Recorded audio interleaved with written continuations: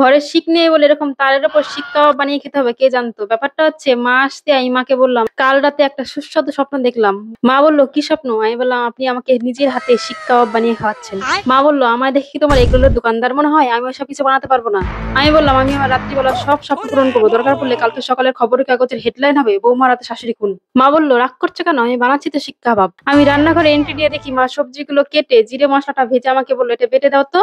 ওটা শেষ না হতে মা আবারও বললো আদা রসুনটা একটু বেটে দাও, আর শুনো একটু তাড়াতাড়ি করবা বুঝলা। আমি রেগে গিয়ে বললাম আমি মানুষ না মিক্সার মেশিন, আমার যে হাই ক্লাস বডি এর থেকে তাড়াতাড়ি হবে না। মা দেখি দই আর মশলাপাতি দিয়ে একটা গ্রেভি বানিয়ে তার মধ্যে পনির আর সবজিগুলো মাখিয়ে আমাকে বললো বৌমা শিক কাবাবের শিক কই। আমি আমার বাঙালি বুদ্ধি খাটিয়ে ঘরের জিআই তারটা কেটে নিয়ে চলে আসলাম। মা বললো আগের জন্মে কি তুমি কাক ছিলে? আমি বললাম কেন? মা বললো এরকম বুদ্ধি তো কাকেরই হয়। তারপরে আমি আর মা কাবাব গুলোকে মালার মতন করে গেথে ভালো করে গ্যাসে পুড়িয়ে নিয়ে চলে আসলাম। আমি এক পিস তুলে খেতেই কাবাবের টেস্ট যেন আমার শরীরে 4টি বজ্রপাত একসাথে পড়লো।